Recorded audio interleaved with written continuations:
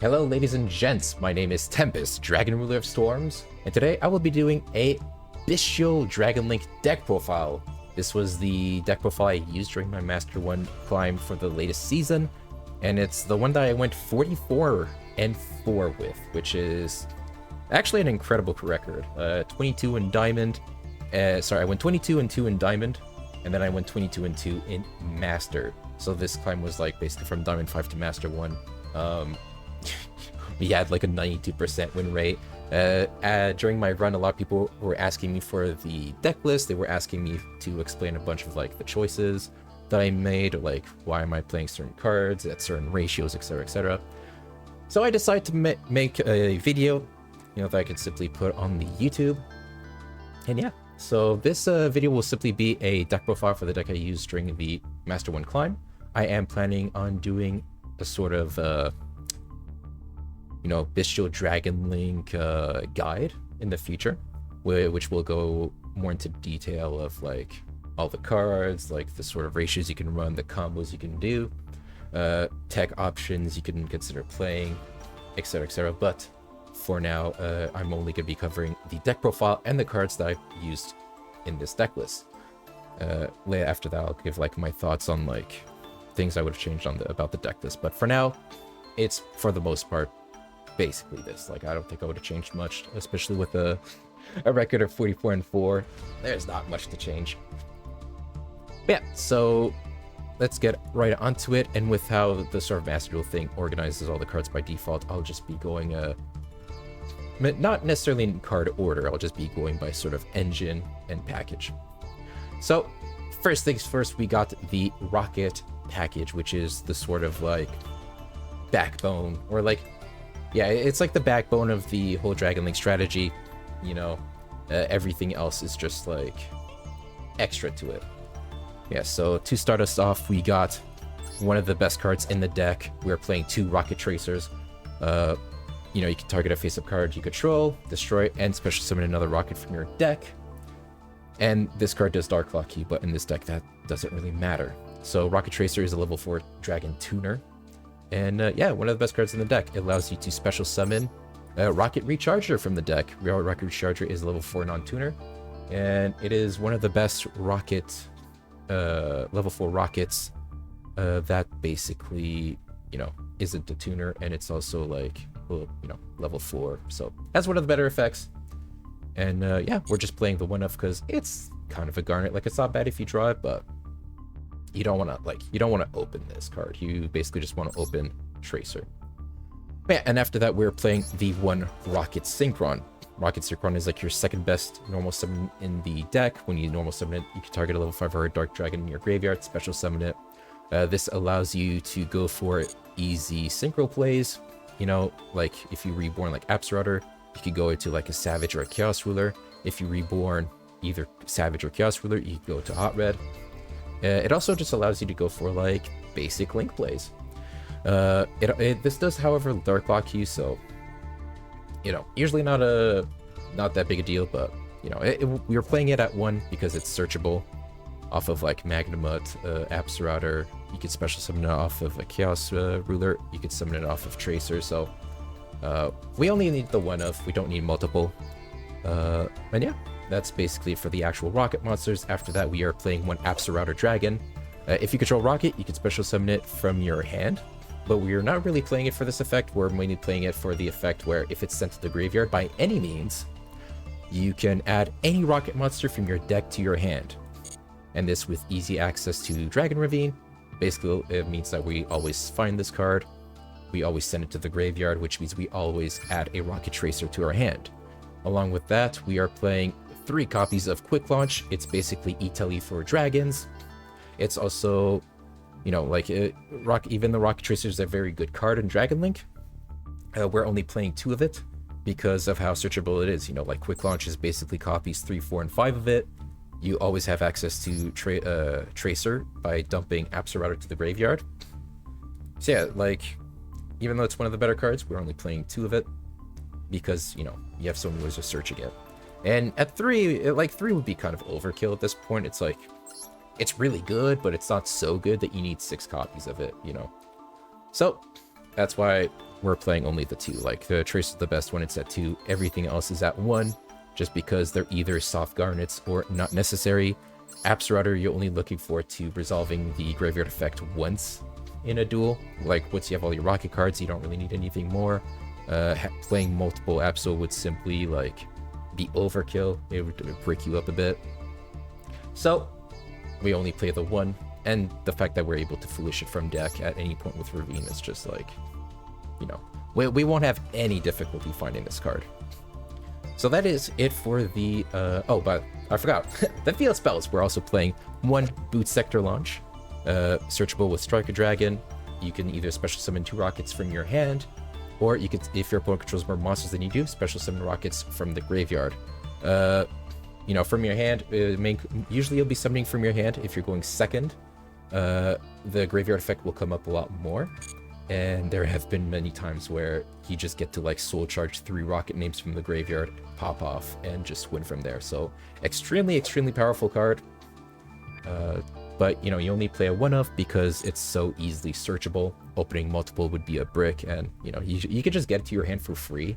Like almost any line you do will get you Boot Sector. So that's why you don't need to play multiples of it.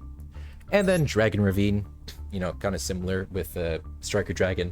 It's easily searchable with Romulus, and once you have it, you can just discard a card, send any dragon from your deck to the graveyard. Your main targets will be Absorautor and Saronir, sometimes Lubellion. You know, some cases you'll want to send Starlish Safer, some cases you'll want to send Levianir. It depends most of the time. But yeah, your main targets are Abso and Saronir. And as you can see, like, just the sheer versatility, we're playing like, what is it, like 20 dragons? Yeah, we're playing exactly 20 dragons, so, you know, being able to just send any of these from deck to grave is very strong. And the discard effect, although sometimes it might be an issue, most of the time, though, it's completely irrelevant. You're generating so much advantage with this deck that you don't really care about the extra discard. Yeah, so that is the sort of rocket package, including field spells in the main deck. From now on, from here, we're going to move on to the chaos side of or the sort of chaos package in the deck. So the very first thing, we got 3 Starlish Seyfert. It is the best normal summon in the entire deck, and also just generally one of the best cards in the entire deck, period. So, you know, you could send any number of face-up dragon monsters from your field or from your hand to the graveyard, including itself, and then basically you could search any dragon from your deck to your hand whose level equals the total levels of the monsters sent. This effectively allows Seyfert to search for every card in the deck. Seyfert, you know, if you send 2 level 4s, you could search Lubellion or Levy. If you send itself or like any other level 4, you could search, you know, any of the rockets, you could search any of the babies. If you send a 6, you could search for any of the Bystials. Like, it's extremely powerful, very strong. But not only that, it also has a very powerful graveyard effect where if you can banish this card from your graveyard, target a level 8 or target a level 8 light or dark dragon monster in your graveyard, add to your hand. This allows you to add back things like Lubellion or Chaos Dragon Levianir from your graveyard back to your hand. But it also, in some very, very like niche cases, allows you to recycle Savage or Chaos Ruler. You know, but that's like very rare. Like, well, almost never Chaos Ruler, because you can just reborn Chaos Ruler from the grave. But I have had to recycle Savage using Seyfert like a few times. It's very minimal, but it's still an option. But yeah, so like the main thing you'll be searching off of Seyfert is either like the Black Dragon Clap Serpent, White Dragon Wyver Burster. You know, sometimes you'll be searching Bystials off of it. In very rare cases, you'll be sending like 2 4s or an 8 to search like Lubellion or Chaos Dragon Levianir. Yeah, this is basically like your best normal summon because it's like a 1-card full combo, which we do love. And then onto the next part of the Chaos Engine, we are playing 2 White Dragon Wyver Burster, and we are playing 2 Black Dragon Clap Serpent. So these two kind of come in a pair. White Dragon's effect is you can banish a dark monster from your graveyard to special summon it from your hand. If it's sent from field to grave, search a copy of Black Dragon. And then Black Dragon says you can banish a light in your grave to special summon it from your hand. And then if it's sent from field to grave, you could search a copy of White Dragon from your White Dragon from your deck to your hand. So a lot of people, if you're like talking to people in the Dragon Link community, or if you're playing on ladder and you check their deck lists and whatnot, a lot of people are playing like 2 white, 1 black. And after Worlds, even because Ryan Yu made it to Master of Worlds with Dragon Link, and he was playing like 1 white, 1 black. A lot of people are under the misconception that Black Dragon Collapse Serpent and sometimes even White Dragon Wyvern Burster are bricks, and that you only want to play 1 of each, or you want to play 2 white, 1 black. This is simply incorrect. Although there are some hands, very rare hands, where like, you know, you'll have like a dead black or a dead white in your hand. Like, if white and black are dead in your hand, most likely your entire hand's a brick, and like neither of them would have been good. But like, I'd say like 99% of the time, Black and White Dragon are just 2 of the best cards in your deck. They allow you to easily link climb. You know, the fact that you're that we're playing 2 and 2, which is the correct optimal ratio, allows you to basically turn Safer in a true 1-card combo. It lets you start with either black or white as your first summon to search the next one. And regardless of which one you summon first, you'll always end with the second copy in your hand. That second copy can later on be used as discard fodder for things like Chaos Base or Dragon Ravine. So, you know, it's just extremely powerful to having 2 and 2. Having more of copies in your deck also increases the odds of you hitting them with Chaos Ruler. Yeah, just overall really strong. If you happen to discard anything else for like Chaos Base or Ravine, you can always keep them in your hand, recycle like one of them in your with either Regained or Chaos Ruler, or Chaos Base, sorry, and then you can use them as more extension like the next turn. So overall, people who say this these cards brick and you shouldn't be playing them at 2, if anyone says that, it's just signs that they're not very experienced with the deck. They're either just beginning with it, or they're you know, they're still learning with it. They're beginners, or you know, they just kind of they're still learning. They're still learning, let's say. Yeah, because you know, in a deck that could foolish anything from your deck to grave, having access to both lights and darks in your graveyard is extremely easy to do. Like, we have like Dragon Ravine, we have Chaos Base, we have Chaos Dragon, Chaos Ruler, the Chaotic Magical Dragon. You know, like, accessing lights and darks to enable these guys is extremely easy. It's extremely consistent, and you should never struggle to do that. So play 2/2. It's the best ratio. Yeah, and then so after that, as the final like quote-unquote chaos monster, we also play Chaos Dragon Levianeer. Chaos Dragon Levianeer is a very, very powerful card. You could special summon it from your hand by banishing 3 lights or darks, and then it gains an effect based on what you banish to summon it. If you banish only light monsters, you can special summon a monster from your graveyard in defense position. This is a little more rare, definitely not as common, since we're not playing that many lights. But whenever it does come up, it's extremely powerful and a very, very strong effect. After that, it also has the effect where if you only banish dark monsters, you could shuffle a random card from your opponent's hand into the deck, which is very good. It's more useful going first. Like, basically, sort of like mini scenario is you go full combo, your opponent tries using hand traps against you, effectively, you know, minusing themselves because hand traps don't really work too well against this deck. Afterwards, you can add Chaos Levy off of either Chaos Ruler, Chaos Base, you know, Ravine, pitch it, banish a Safer, bring it back.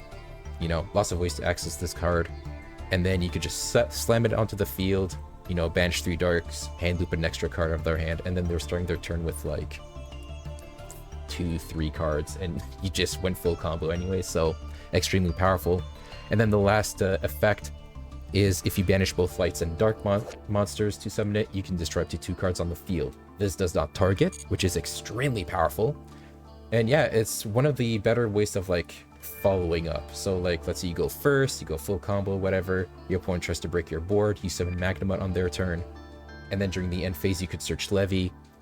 You know, turn 3, first thing you do, slap down a Levy onto the field, destroy 2 of their cards, and then you just OTK them.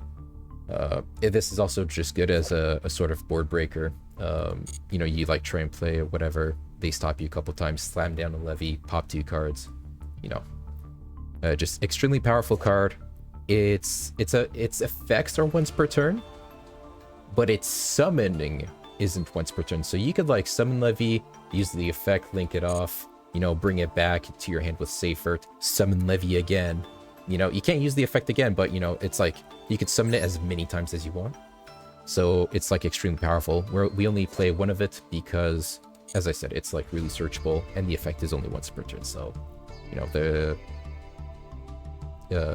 we don't need to play multiple of it. It's like, you know, Seifert searches it, Chaos Space searches it. You shouldn't struggle to find this card. And it's not like essential. It's just like, it's like the one-off that's good to have that you could search off of Magnemite, you know, especially in Master Duel where you could play against a variety of different decks. It's especially strong against like Labyrinth builds. It's very strong against like Runic builds, you know, or just a general board breaker. Yes, that is it for like the... Oh wait, actually, yeah, that's it for the Chaos monsters, but then we have like one of the best cards in the deck, Chaos Space. Basically, Chaos Space, you could send a light or dark monster from your hand to the grave, add any light or dark monster that cannot be normal summoned or set from your deck to your hand, with a level between 4 and 8 with a different attribute. So, long story short, if you can discard light or dark, and this card lets you search your Lubellions, it lets you search Levies, it lets you search any of your baby dragons. And this is because these cards are between level 4 and 8, and they cannot be normal summoned or set. Yeah, and like basically every single card in this deck is either a light or a dark, so except for Maxi and Ash Blossom, so like it's almost always live. Like a very strong combos to like go Safer, send Self, add Collapse. You go through the regular Collapse lines where you like summon it, make Striker, you know, add white, summon Rom, you know, and then you add black, back the second black. And here you could just discard the second black with Chaos Space to add like a Lubellion. It's like very, very strong. You can even use Chaos Space to discard things like a Nibiru, a Gamma, a Driver. Overall, you know, to add like the babies, start your combos from there. So like Chaos Space is like your 1.5 card combo, because you do need a discard for it, but you don't actually go minus since it has a graveyard effect to basically target a banished light or dark that can be normal summoned or set. Put it back to the bottom of the deck and draw 1 card. So if ever you have like a banished white, a banished black, banished Levy, banished Lubellion, you could just banish the Chaos Space, return them to the bottom of the deck, draw 1 card. So it's like 1.5 card combo because you do technically have to discard a card just to get it going, but it immediately replaces itself in value. That being said though, the graveyard effect is extremely important. Not to recycle the babies, or the Levy, or the Lubellion, although those do come up sometimes.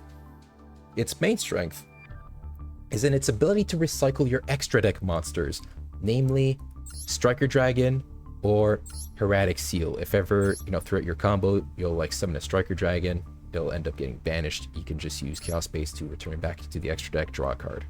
Very, very powerful card. All in all, Chaos Space alone is like a +3, I believe. Yeah, because you get to like, you end the combo with like both field spells, a monster on the field, you end with like an extra copy of either black or white in your hand, and then you can banish this card, draw a card, so like, yeah, you basically went like +3, which is like really strong. One of the best cards in the deck, always play a 3. After that, we have the Bystial package. So the Bystials are a very powerful addition to the Dragon Link strategy. They basically serve as, you know, light and dark hand traps for most decks, but in Dragons they also serve as just generic extenders. that also enable you to end on a better board. So the main one is Bystial Rebellion. Here I'm playing 2 of it. A lot of people are under the impression that like you have to play 3. If you're playing any number less than 3, it's suboptimal and it's awful, whatever, you know. But I don't know why they think that. Like, Rebellion is like one of the most searchable cards in the deck. Like, you could search it with like Chaos Base, you could search it with Safert, you could search it with like End Phase End Phase Magnemite effect is kind of hacked because it adds anything. But like, you know, Chaos Base could search it, Safert could search it. If you have a Safert in the graveyard, you could send Rebellion to grave with either Saronir or Ravine, and then just add it back with Safert. Like, it's extremely searchable, and yeah, so like you could definitely get away with 2. In an ideal world, you would be playing 3 of it, you know, like you'd be playing 3 Rebellion, 3 Saronir. But the reason why I'm only playing 2 here is because I was trying to cut down on deck space. I want to play like a couple extra hand traps here and there that would help me against certain matchups. And yeah, it's like it's the easiest card to cut down. You just put it down to 2. It doesn't affect consistency, you know. It's still easily searchable, you know. And like once you've been through 1 Rebellion, you don't really need more. But as for what it does, you can discard Rebellion from your hand to the grave. Add any Bystial from your deck to your hand. So you can add Magnemite, Saronir, Druisworm, or Baldrake. Most of the time it will be Magnemite if you don't have it. Sometimes it will be Saronir. If you already have access to both, then it can be either Druisworm or Baldrake. After that, if it's in your hand or graveyard, you contribute a level 6 or higher Dark Dragon to special summon it. And then after that, when it's on the field, you can activate a branded continuous spell trap from your deck to your grave. Your field, my bad. So you can either activate Branded Beast directly from your deck, or you can activate Branded Regain directly from your deck. So it's like a very powerful card. Of course, it gives you access, easier access to Magnemite, easier access to all your Bystials.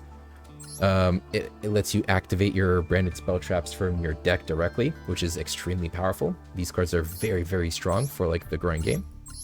And also add you an extra layer of disruption that lets you like dodge things like Dark Ruler. And yeah, so we're only playing 2 because, as I said, very easy to get to. Even if you don't open it, you know, you don't have to like open it to get access to it, so that's not an issue. And like, you know, once you've like summoned it and activated Beast and Regained, you don't really like need it anymore, like for like turns 3, 4, 5, 6, etc. So yeah, so Rebellion, just a very good card. Like, you can play it at 3 if you want to, but me, for the sake of deck space, I cut it down to 2. It's not like necessary to have it in your opening hand. After that, we have the Bystial Magnemite. Well, actually, let me cover something that all the Bystials share real quick. So every single Bystial, Magnemite, Saronir, Druisworm, and Baldrake, all share the effect that you can target a light or dark monster in either graveyard, banish it, and if you do, special summon this card from your hand. If your opponent controls a monster, this becomes a quick effect. So that is like this is shared among all the Bystials. You can only summon one of them with their effects once per turn. So, and in like formats where like dark and light decks are very like relevant, they are very powerful hand traps and might be worth like bumping up. You know, like when Tearlament was the best deck in the game and everyone was on Tearlament, you were definitely running like 3 Saronir, 3 Baldrake, you know, like 1 Druisworm, 1 Magnemite, just because those were always limited. But you were maxing out them. But now we're like kind of past that point. Tier's like falling down. We just got a new ban list that basically like kind of killed a tier off. Only the real diehard fans are going to keep playing tier. So yeah, so like you could just cut it down. At this point, they don't really serve as like hand traps, more than they just serve as generic extenders that enable a very powerful engine for your deck. Yeah, so let's start off with the best one, the one that we'd be playing 3 of it if it wasn't limited. Bystial Magnemite. When this card is special summoned by any means, you know, so either its own effect or if you revive it with any other card effect, you can activate the effect during the end phase. Add any dragon monster from your deck or graveyard to your hand. This is insane. It is really, really strong. In any other deck, you're basically just searching another like Bystial because you're using these as hand traps. In Dragon Link, it searches you everything. It could search you, it could search you Bystials, it could search you Levy, it could search you Seyfert, it could search you black or white, it could search you like Synchron, Tracer, Recharger, Absorrouter. Like, you wouldn't search Recharger app, so that's kind of weird. But like, if you have to, you can. It can let you recycle cards that are in your graveyard, like you already used a Levy or something. You want to add it back, no problem. You know, very, very strong. A lot of people forget that it doesn't just add from deck, it also adds from grave.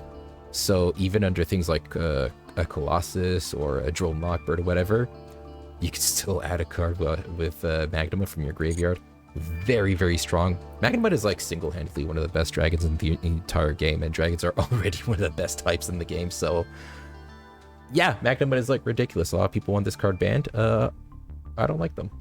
Yeah, after that, we got like the second best Bystial, Bystial Sarnier. It doesn't have any fancy on field effects, but whenever it hits the graveyard by any means, so if you're discarding it from your hand, if you send it from deck to grave, if it's sent from field to grave, you can send any Bystial monster from your deck to grave, or any branded spell trap from your deck to grave. So this is why we're playing it at 2. If we had the space for it, I'd probably be playing it at 3, because it's very nice to set up both Beast and Regained. But yeah, most of the time you'll be either sending Lubellion or Regained. If you already have Lubellion access, you're sending Regained, because long story short, the Lubellion can activate Beast from deck, and then Beast during the end phase can activate a branded spell trap in your graveyard onto your field. So that's the idea with it. Like, if you go Sarnier, send Regained to the grave, you have a Beast face up on the field. During the end phase, Beast will activate the Regained. You just activated both of them. That's why we're playing multiples of this card. It's like very nice. You know, if you have it in your hand, you can send it off of Safer to add Magnamut. Then you can go Sarnier, send like Lubellion or Regained. If you have, you know, if you've already used your Absorrouter effect, you can like go Ravine, send the Sarnier to send the Regained. You know, you can discard the Sarnier off of Chaos Space. It's just like it serves as like a hand trap and an extender, but it's also like a sort of like combo enabler, sort of, right? It's the Bystial that you can just discard or Foolish, and it lets you like gain advantage of from it. So very, very strong, a very good card. You know, if we were looking, you know, like I said, if I wasn't looking to cut cards, it would probably be at 3 along with Lubellion. That said, 2 and 2 is perfectly fine, you know. They both like basically search each other. The Lubellion could search the Sarnier, Sarnier could like send the Lubellion to grave. Like, they're just really good cards that enable each other, so definitely strong. After that, we got the sort of the more hand trap oriented Bystials. These are more sort of like part of your end board. They're not really cards you combo with. Like, Magnamut is always just good to summon because of the search effect. It's always like the go-to Bystial. Sarnier helps you build up your end board with Beast and Regained. But Druisworm and Baldric are like what you want to end on, either in your hand or like as a seals target. So Druisworm, basically, if it's sent from your field to the graveyard, you can target a special summon monster your opponent controls, send it to the grave. Very powerful removal. There's a reason why it's limited to 1, or else it would be ran like generically at 3 in like most decks. After that, Baldric has an effect where if your opponent Ritual Fusion, Synchro, Xyz, or Link summons, you contribute another Lighter Dark monster, target one of those special summon monsters, and banish them. So that's why they're not necessarily like these two don't really help you extend or anything. They don't let you gain advantage or whatever, but they're just like good to end on with either on field or in hand. Yeah, so, you know, but the reason why we're playing one of each, it's just because, you know, their summons are once per turn, their effects are once per turn. So, you know, there's no point in having multiple, especially since you could just search them off of like Magnuma anyway. So, yeah, that's fine. We're just playing 1 and 1, and there's no like deck in the game right now that requires you to play like multiple Bystials, or else we would like put Sarnier to 3 and then we'd start bumping up Baldric up. But for now, that Bystials in general are just serve more of a extender role than a actual hand trap role in this meta. So that's where we're just playing 1-1. A lot of people think Baldric is the weakest one, and it kind of is, just because it's not like it's not as proactive as the others. Like Magnemite on summon, you get to add anything from your deck or graveyard to hand. You know, Sarnier helps you set up your end board. Druid Swarm just is a standalone, like, very good hand trap. It's if your opponent tries to like OTK you, and then they like clear your board, they go battle phase, you could just drop Druid Swarm on the field. If they attack over it, just send one of their guys to the grave, and then you're like, suddenly you're not like dying or anything. Baldric, it does require you to control more things, you know, and it does have a sort of like setup, but it's still got a very powerful effect. And it's also just like a unique Bystial name. So that's where we are still playing it. And then after that, we have the Bystial / branded spell and trap cards. We got the branded Regained, which is honestly one of the most powerful cards in the deck. That said, we're only playing one of it because it is hyper search. Oops. I did not mean to do that. It is hyper searchable, like with Lubellion basically, or Sarnier. So Regain says if a lighter dark monster is banished, you can target one of those monsters, place it to the bottom of the deck, and if you do, draw a card. So this first effect is effectively the same effect as the graveyard effect from Chaos Base, except this one is like if any lighter dark monster is banished. So it can be like a Safer, it can be a Tracer, it can be an extra monster, it can be your opponent's monsters. Regardless of what it is, if it's a lighter dark and it's banished, you can return to your deck, you know, and draw a card. But yeah, but for the most part, you will be wanting to like return things like Striker Dragons, Seals, you know, same thing with Chaos Base. You just want to return like your main like important engine pieces.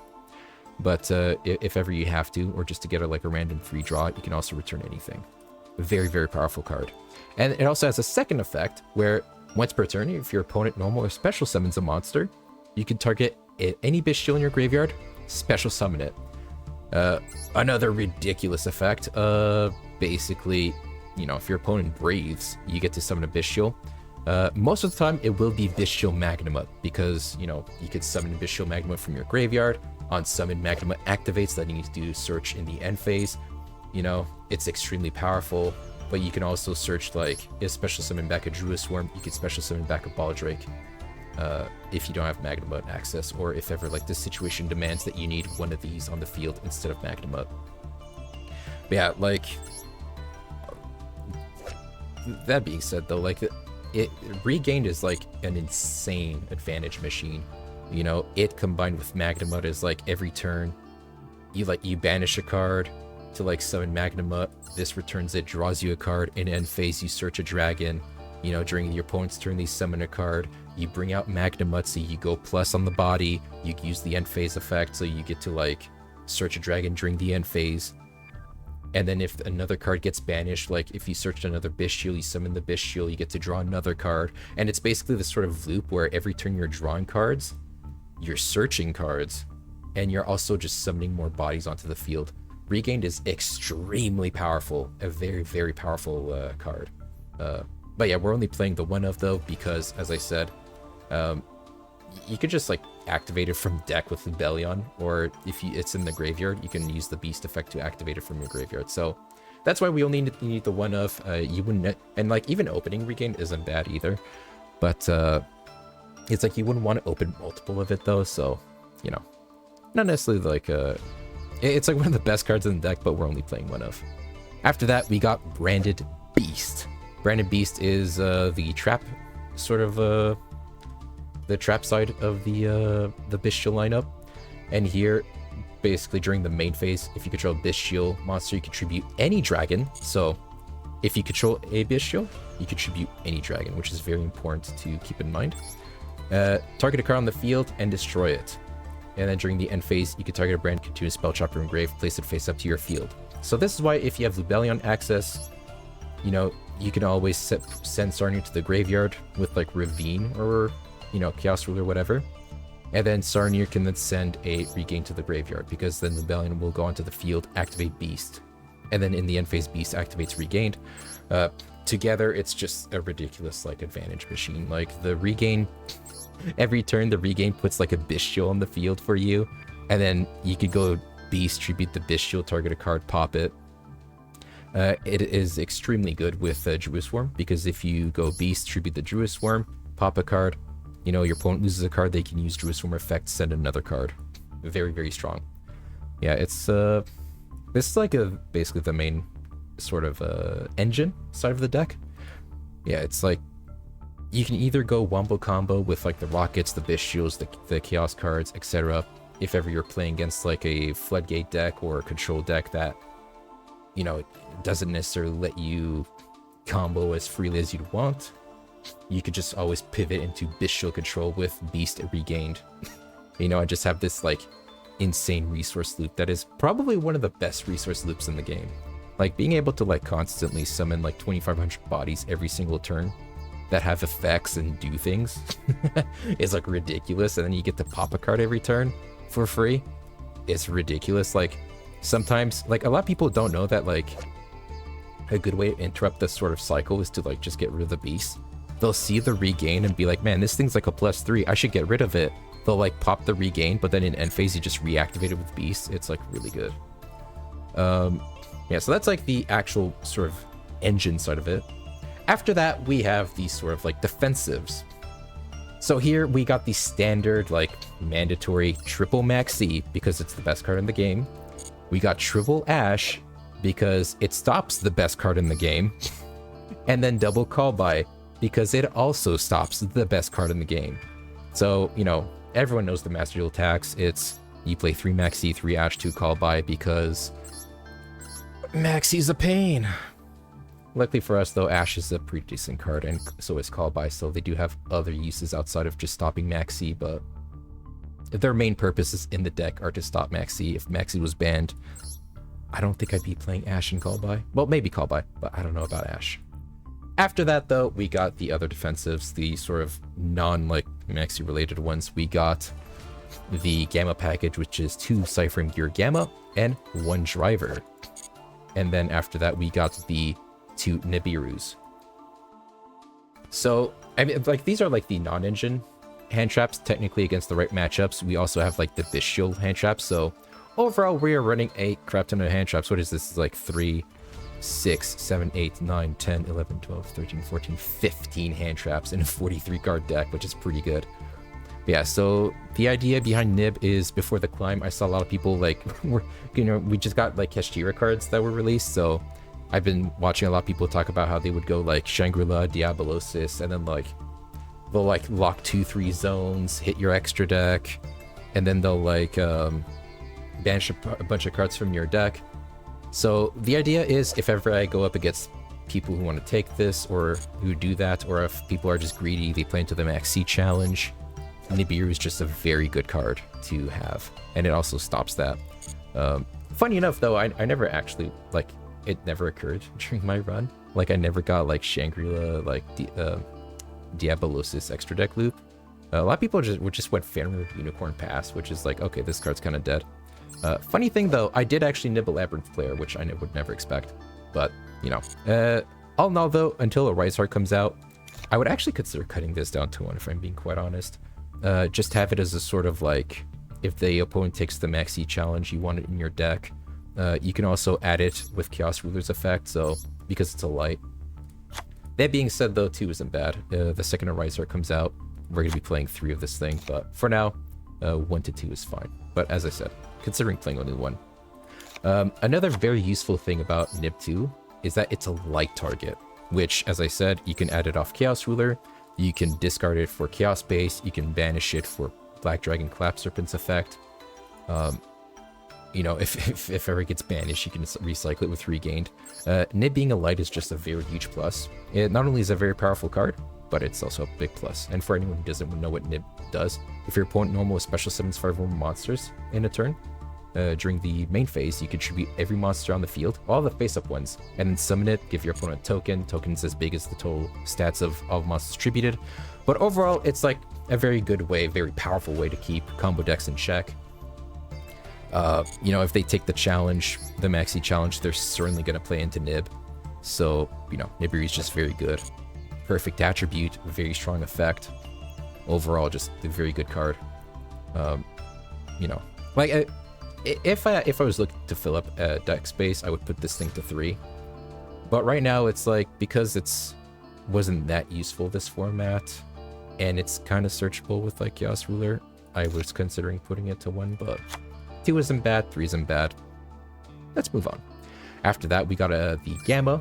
We are playing the driver, and yes, I did draw this thing a lot, but it's okay because Gamma is ridiculous in Dragons. So Gamma allows you, like, it with Kashtira in the game, you know, if your opponent goes first and they activate Dimension Shifter from their hand, it's basically a Macrocosmos-like effect that can be applied during either player's turn. So if they activate D-Shifter, its effect will linger into your own, so you have to stop it. The only way you can't stop it during your opponent's turn, if you're going second, is Gamma. I don't think that there's any other way for you to stop a D-Shifter on your opponent's turn.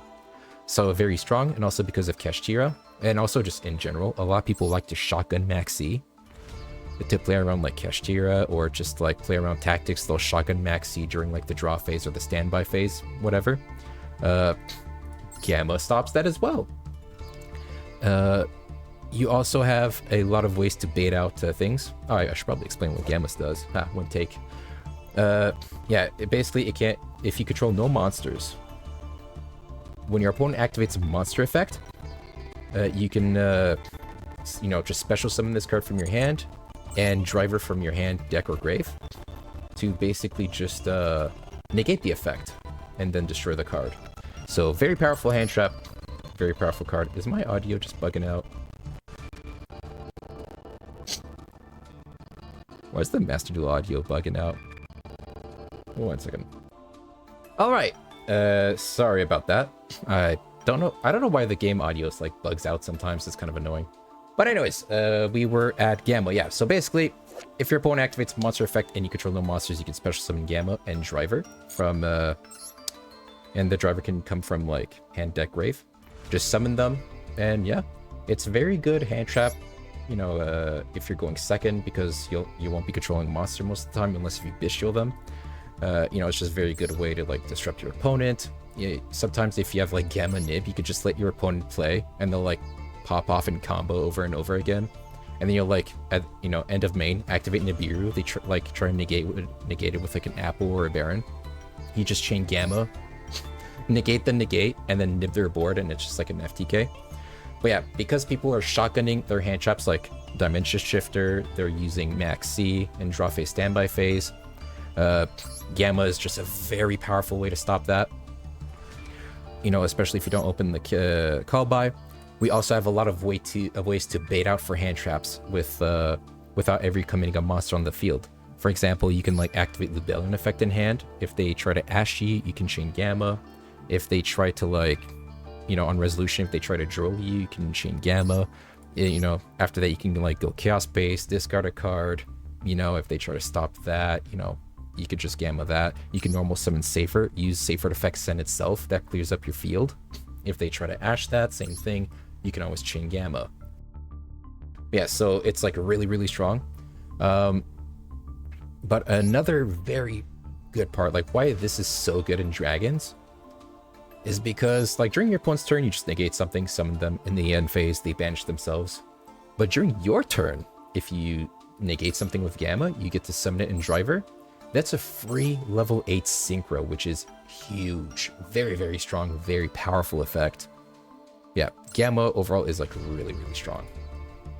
Yeah, and then, yeah, so during the sort of, before climbing, I was considering if I should be playing Gamma over like, if I should be playing things like Veilers or, you know, over Gammas, if I should be playing 3 Nibs, if I should just cut this out immediately. I decided to play Gamma because I was expecting a lot of Maxis, D-Shifters, you know, cards that would usually just end your turn. I was expecting a lot of like, you know, just like, you know, me trying to bait out cards and the like Ash Blossom, Chain Gamma, all those things. I decided to try Gamma out, and Gamma has been like one of the best cards in the entire deck. You know, just for like, if this thing resolves on your turn, you basically win. So Gamma is really strong. Like having a free Chaos Ruler is priceless. Yeah, so that is it for the main deck. You know, we covered the rockets, the chaos cards, the Bystials, and the defensives. Now onto the extra deck. So in the extra deck, we have your sort of big three synchros. We have a Borreload Savage Dragon, which is like your sort of generic level 8 Omni Negate. When it's summoned, equip a link monster from your graveyard to it. It gains attack equal to half that link monster's attack, but more importantly, you can add a counter onto this card for every link arrow the equipped monster has. And every time your opponent tries to use a card effect, you can detach a counter, negate the activation. Very, very strong card. A very powerful card. It's extremely easy because Tracer, you know, by popping a card, you could summon out Recharger. You get a free level 8 Synchro, mainly Savage Dragon. It will often be part of your end boards. Other than that, we have Chaos Ruler, the Chaotic Magical Dragon. Chaos Ruler is single-handedly like one of the best cards in this entire deck. It's probably the best card in this deck, actually. It's another level 8 Dragon Synchro. You know, it's a Dark Dragon, so you can use it even if you Dark Locked yourself with Tracer. When it's Synchro Summoned, you can excavate the top 5 cards of your deck. And if you do, add an Excavated, Light or Dark to your hand, and then send the rest of the cards to the graveyard. This effect is insane. Like, it can just go from, like, you know, you just like play any, you know, you just do your regular lines. You go to Rocket Tracer, some Recharger, then you go into Chaos Ruler. From there, you can mill like a Rebellion that you can add to your hand. You can hit any of your Bystials. If you need to go through your babies, you can like add one of these, which is why like running 2 and 2 is really good and better than 2-1 or 1-1. You know, and that's why those ratios are just incorrect. It's because if you didn't start with the babies, playing 4 gives you a higher chance of hitting them with Chaos Ruler. And then you get to just add them to your hand and just play them, like, for absolutely free. If you mill, like, an Abserator or Sarnier, like, you don't even have to, like, add them. You could just let them go to the grave. This will trigger their graveyard effects, which is really good. You can add, like, a Levy for, like, an extra body. If you did normal summon, you can add a Seifert or a Synchron. Like, if you already have everything you need and you milled a Nib, you can add a Nib. It's really good. Like, imagine, like, so many times I just go like full combo on the opponent, make a like Chaos Ruler, Excavate 5, I see a Nib, I add it, and then it's like, okay, now not only do you have to break my board through like several disruptions, the towers, etc. If you do, I'll just Nib you anyways. Like, it's Chaos Ruler is extremely good, and on top of that, it even has a graveyard effect. If it's in the graveyard, you can banish a light or dark monster from your hand or grave. Except itself, special summon it from the graveyard. After it gets banished if it leaves the field, but that doesn't really matter too much.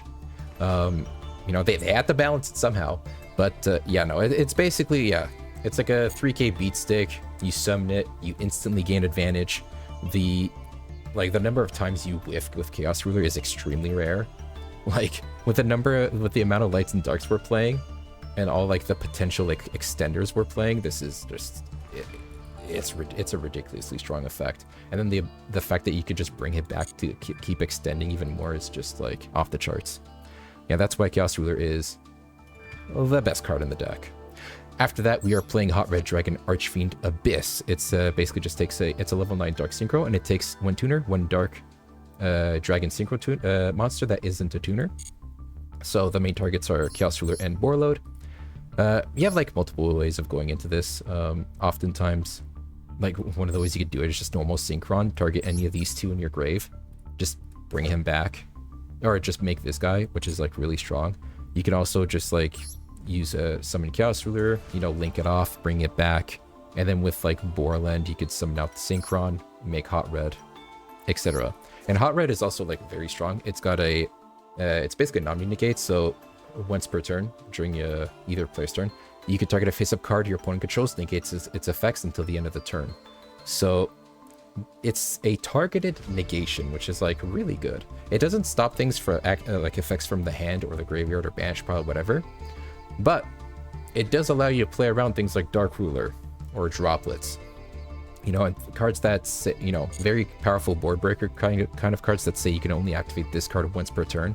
Like if Savage negates it because it negates activations, they could just activate a potential second copy anyways.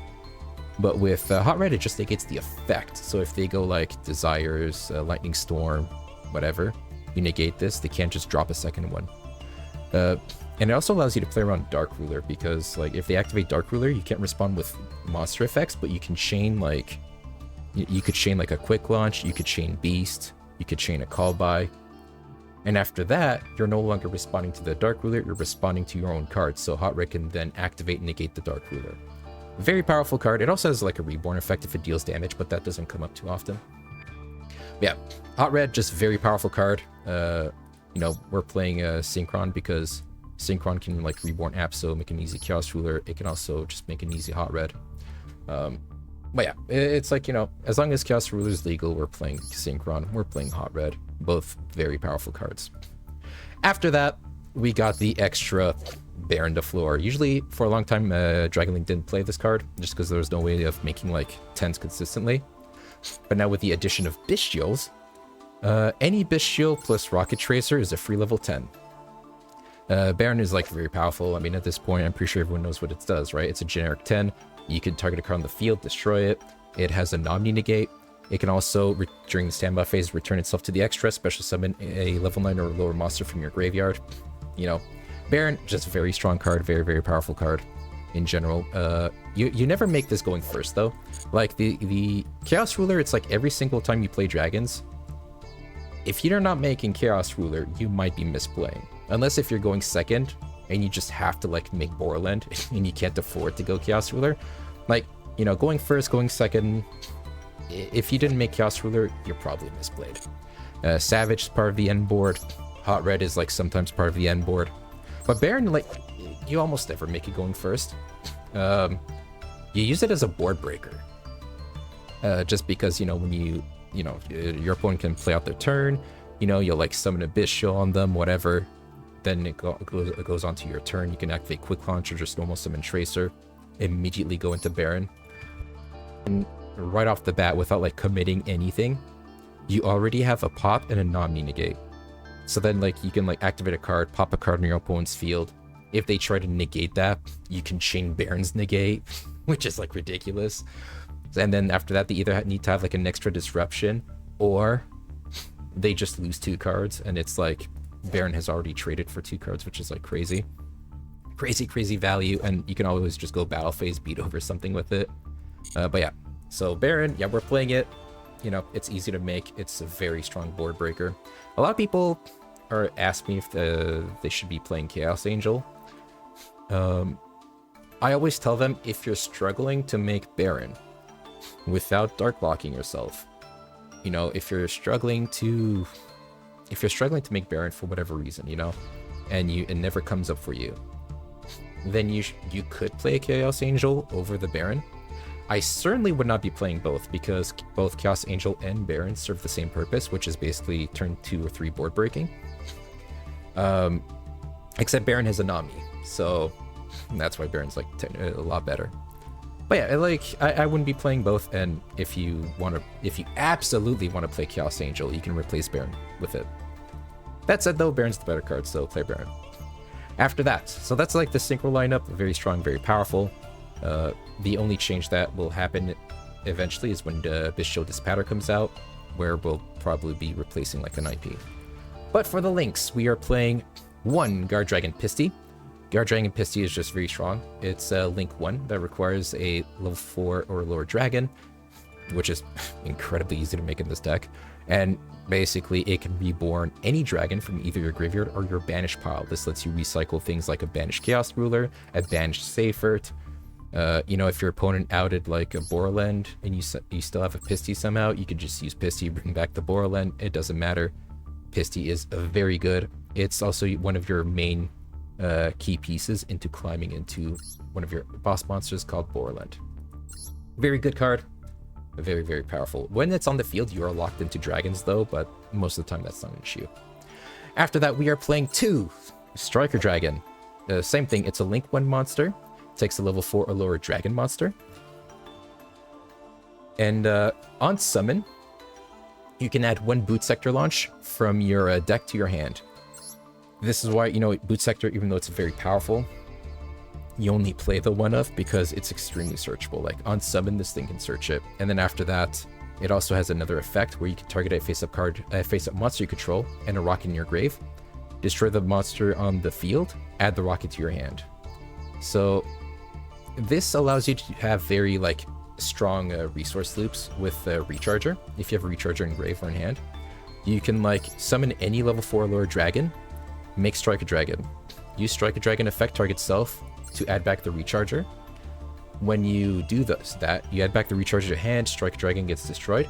Then you can activate Recharger's, effect, which is if a dark monster special summon from the extra deck is destroyed by a card or effect, you can discard it, send it to the grave, reborn any dark monster with a different name.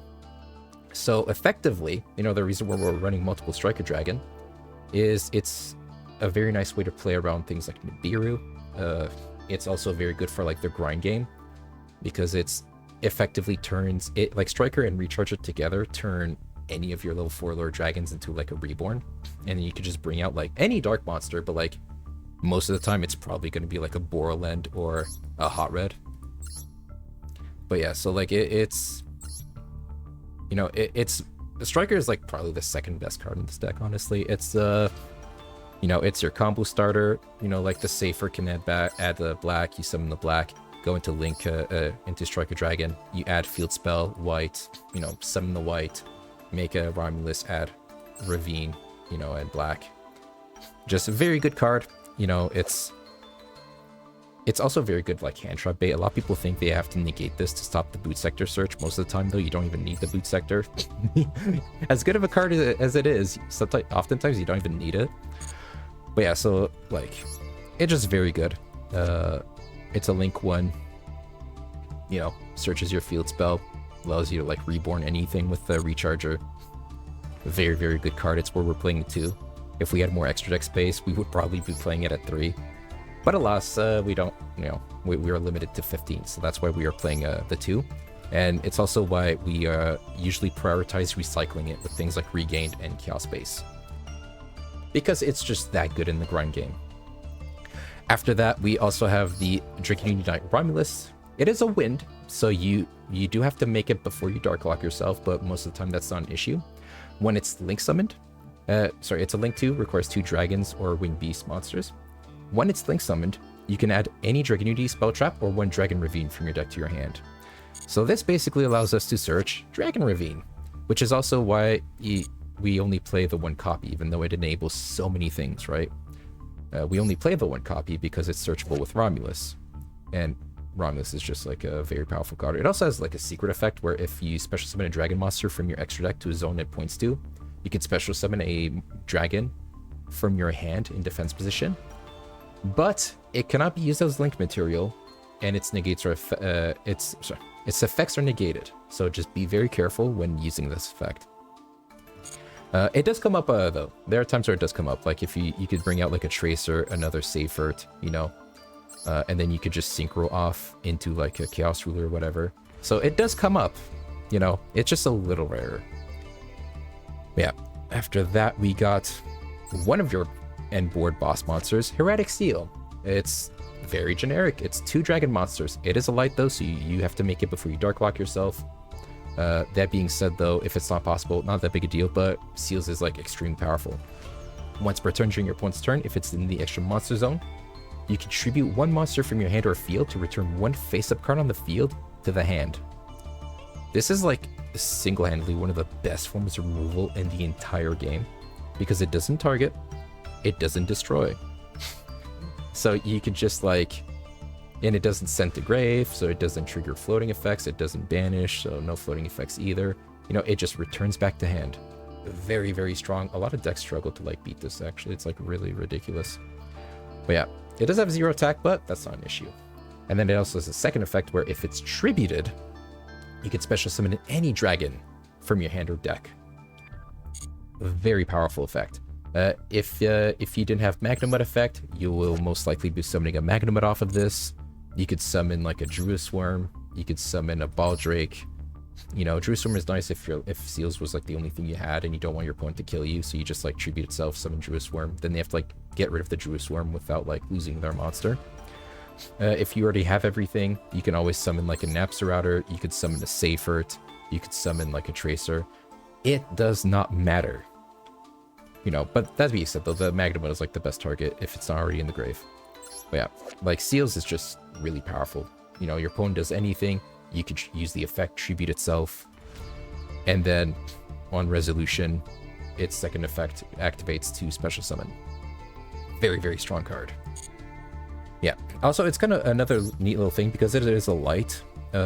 If your opponent's like trying to play into it, and then you activate the effect tribute itself, and they try to go like call by to target it, you can always chain a Bystial, banish the seal, so the bounce still goes through. Then you won't be able to activate the special summon effect, but at least it doesn't get call by. And then Seals is also like, you know, because it lets you gain advantage by like special summoning monsters from your hand or deck.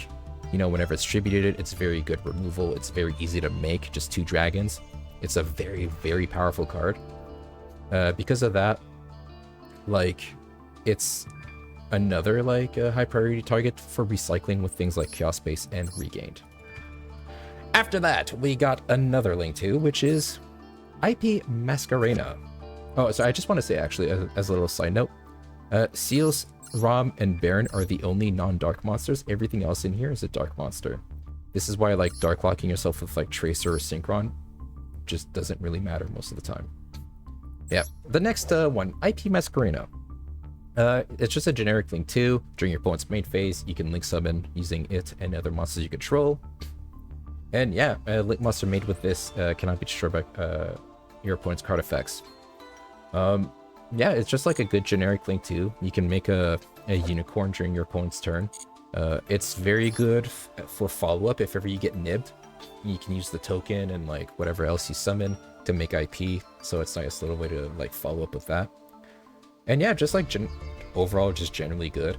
The destruction effect doesn't come up too often. Like, it's nice to have, but it's not all too common.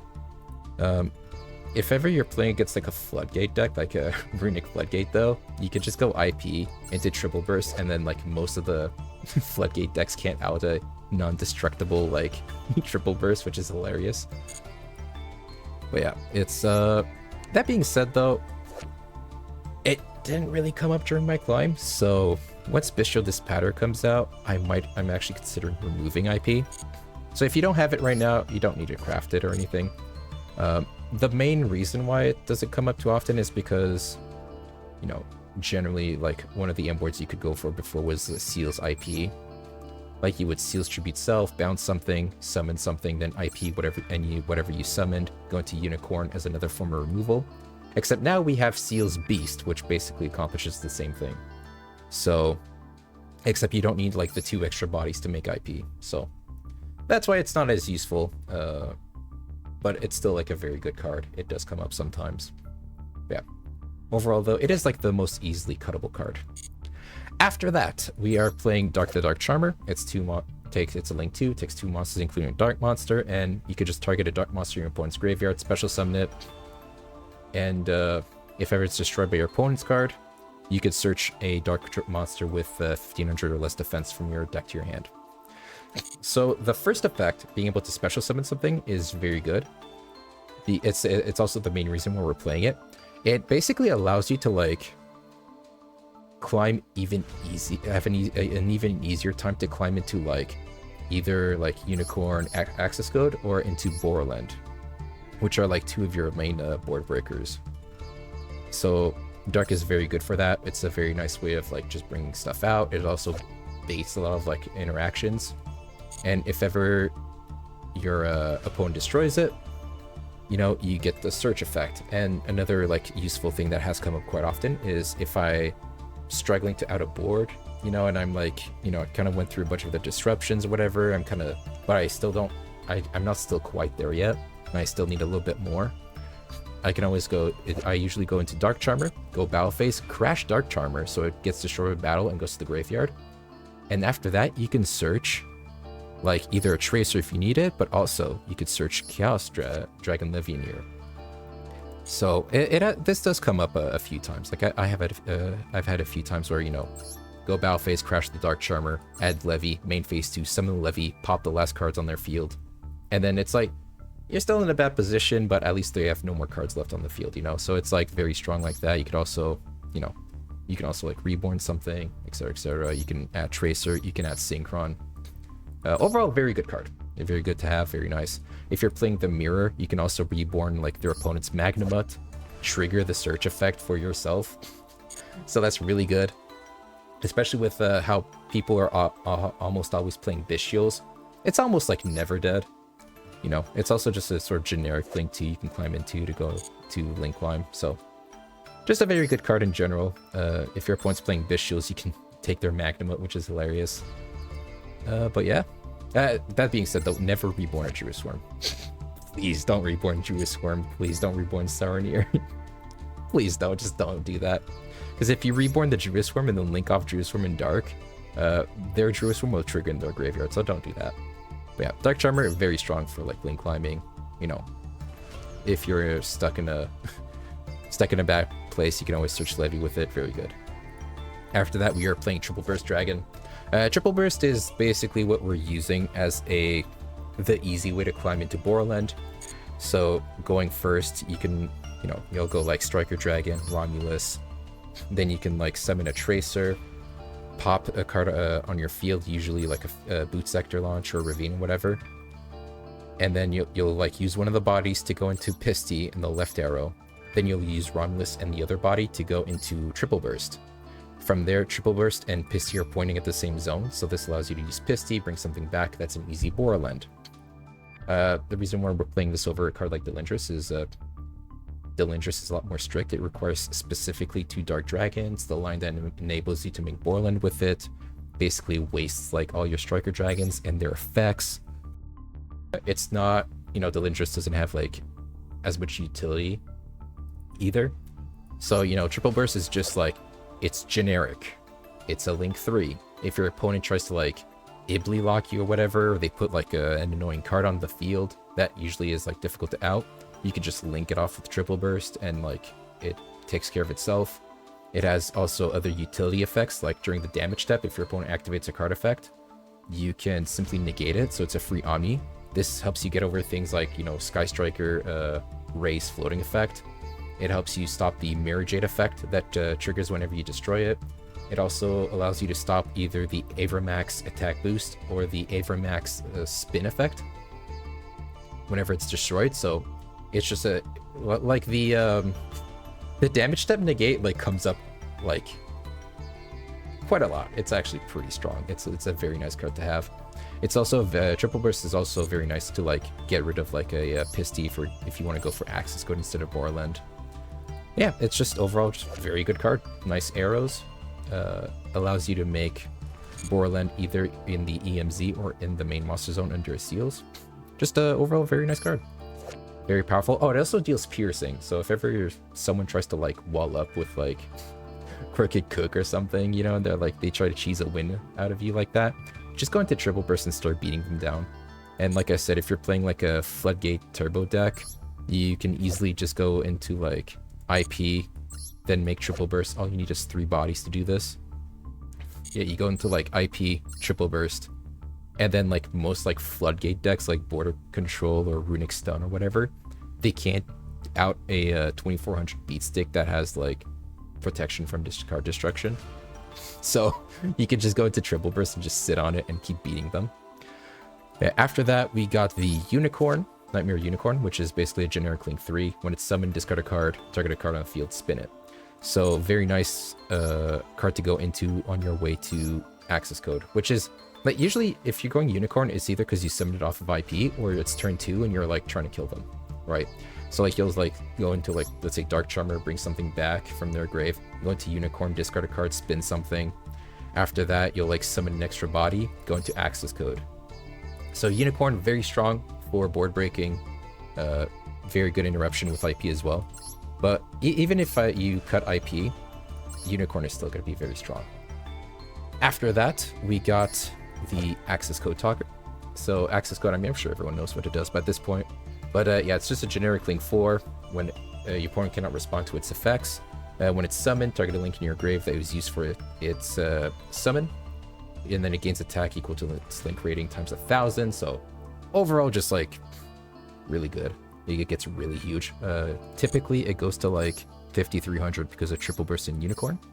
And after that, you can banish link monsters in your graveyard to pop a card. And you can, basically, you can do this for every different attribute.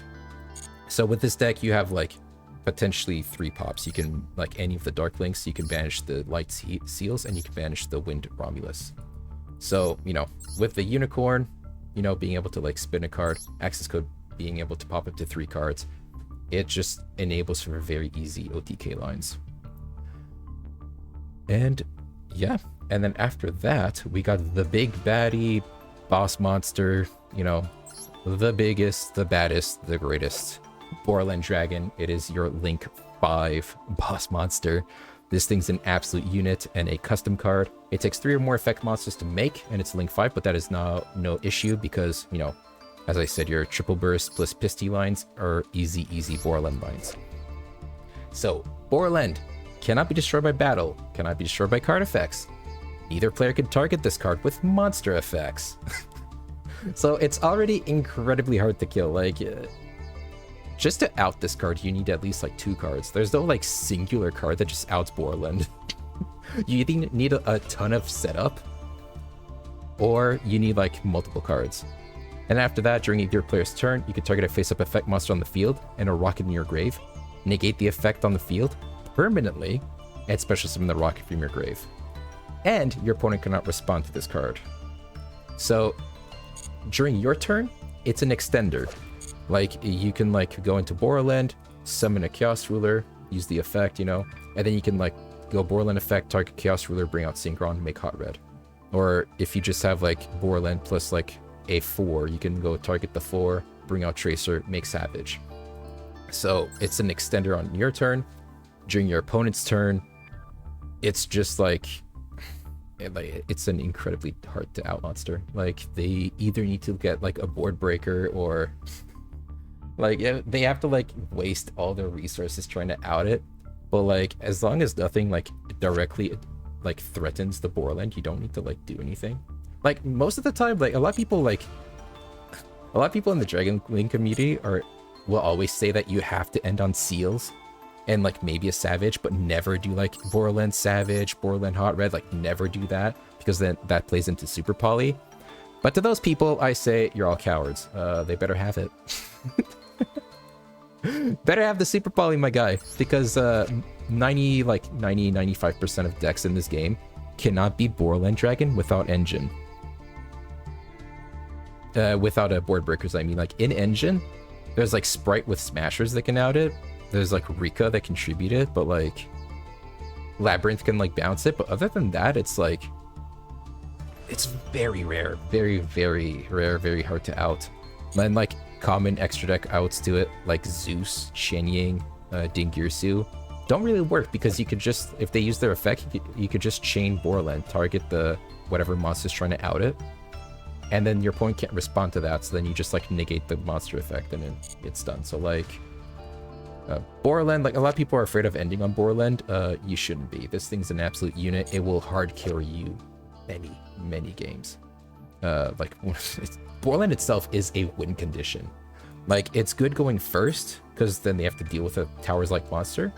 And it's good going second, because it has 3,500 attack, and it can attack every single monster your opponent controls once each. So like, oftentimes like the goal when going second against an opponent is to just like bait everything, and you know, you bait everything, you try like play through everything, and the end goal is to climb into Borland. If you climb into Borland, you win, because after that you just go battle phase, clear their entire board, and then that's it. Like, then they have like no follow-up, they have to try and beat a Borland, and it's like impossible. But yeah, so that... Oh, also, actually, final note. This extra deck is kind of like perfect. It can go first, it can go second. You know, the deck itself can go easily first, second, doesn't lose to hand traps. It can chain block all of its activations. It can bait out the opponent. It could like... It's very hard to disrupt because every hand is different. It also deals with everything. Like, there's very few things that this deck can't out. Like, there's like Macrocosmos type of abilities are kind of annoying. But other than that, though, like, a lot of people ask me, how does the deck out a 6,000 attack point arrival, which is like the big, like, unaffected monster that, like, can't be affected by card effects. It's got 6,000 attack. Well, the secret hidden goo is that you make Borland, and then you make access code using the Borland, and then access code becomes 7,000. That's how you beat it. Yeah, so it's like, deck's really good. And yeah, the changes I would make when Disbatter eventually comes out, I'll probably take out the IP for it. I'm considering just cutting Nib to 1 eventually if people are like playing, well, once Arizer comes out, or if people start playing combo decks more heavily, I'm considering putting Nibiru to 3. But yeah, other than that though, it's kind of perfect. It's a little over 40. I would have liked to put it down to 40 40 cards, but I feel like everything in here has been essential. Like, yeah, there's nothing really you can cut at this point. I would say maybe cut the Gamma stuff, but Gamma has been like the greatest card in the deck during the climb, so yeah. And that is basically my Master 1 Bystial Dragon Link profile. And like I said during the start of the video, I will be releasing a more comprehensive guide into Dragon Link and like kind of go into more detail about every card and everything. Like, I feel like I probably went into a little more detail than I want to. This thing has been going for like an hour now, but yeah, no, I just, eventually I want to do a sort of Dragon Link guide, show combos more into great detail and whatnot. But this has been the deck profile. Kind of went over every card, and yeah, if you're still watching till the end, thank you very much, much appreciated. This is probably, yeah, this is going to be on YouTube for sure. So if you're watching this, consider follow. It's YouTube, a subscribe and a like. Show your friends, yada yada yada. All the like the regular like YouTuber stuff. But also, if you like the stuff, I usually stream a lot on Twitch at twitch.tv/TempestTV. So we're there. I just stream Master Duel most of the time. Sometimes do variety, but yeah. You can always go check me out. We play a lot of Dragon Link. We play exclusively Dragon Link. I've actually started receiving complaints about that. But I don't listen. I just keep playing this deck because I love it. Yeah, so that is the Dragon Link deck profile. And here's the sort of proof that we did, in fact, make it a Master 1. And our final win streak was a 14-game win streak in Masters. So yeah, we went a little hard with with it. Yeah, from like Master 5, we only got the 2 losses in Master. And yeah, like the flawless climb. Yeah, that was my deck list. My Bystial Dragon Link deck list. I hope you enjoyed. I hope it was informative. Feel free to ask me any questions. And yeah, Dragon Link guide and combo guide, etc. coming soon. So, have a good day, good evening, have a good night. Peace.